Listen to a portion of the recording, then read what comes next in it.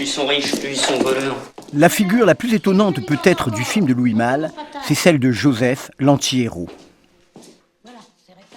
Nous comprenons très bien que la bonne sœur qui, avant-guerre, était antisémite et qui est devenue pétainiste, continue à dénoncer où se cachent des enfants juifs comme le petit Lafarge, Négus.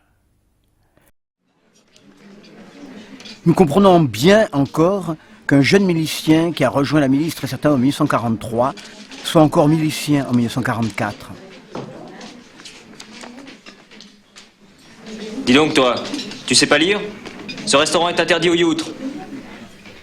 Mais que Joseph puisse devenir un collaborateur direct de la Gestapo, c'est quelque chose qui montre qu'il est déjà en retard sur les événements. Dans 6 mois, il y aura la fin de l'occupation.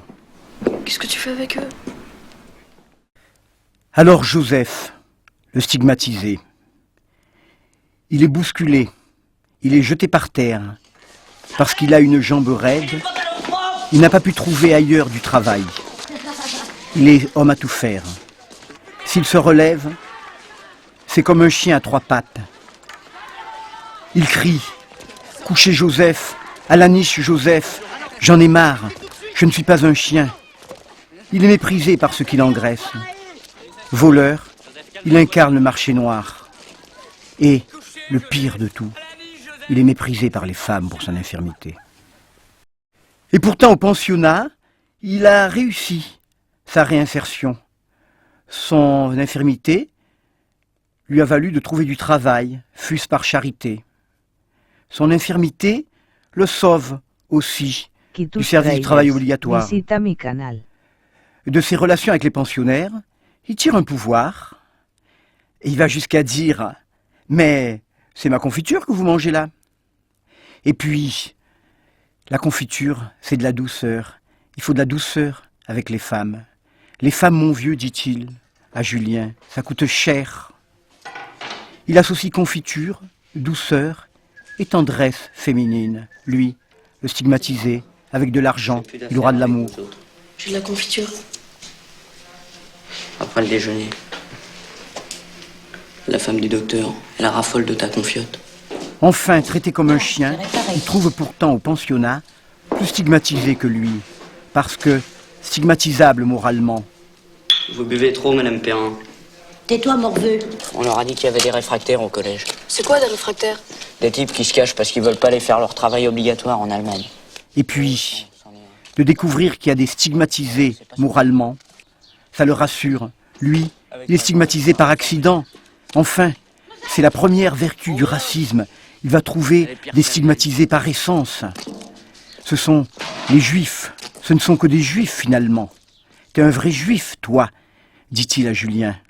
Il a trouvé plus stigmatisé et plus stigmatisable que lui. Rejeté par ceux qui l'ont recueilli et qui ont le devoir de le recueillir, donc de le garder, il va éprouver un grand sentiment d'injustice. C'est pas juste. Il n'y a que moi qui trinque. Où vais-je aller maintenant, pleure-t-il. Et puis, s'il faut repartir à zéro, tout ça, c'est votre faute à tous. La Perrin, elle volait plus que lui. T'es content, tu vas avoir des vacances? Qu'il lui suffise d'amener une preuve, et il pourra être dans l'ombre du pouvoir réel, éminence grise de la Gestapo. Il tiendra à la fois sa vengeance et sa réhabilitation sociale, et davantage d'argent. T'en fais pas, c'est que des juifs.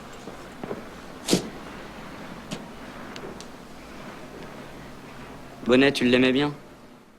Ce jour de janvier 1944 tire Julien du long sommeil dogmatique de l'enfance qui croit, avec la figure de D'Artagnan, que le héros d'une juste cause est à la fois vainqueur et toujours sauvé. Pourtant, Charlot l'émigrant lui avait dit que le héros pouvait être un vaincu.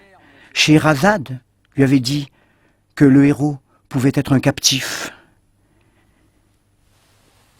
Et puis, l'exemple du père Jacques lui apprendra qu'on peut être injuste et ne pas être sauvé.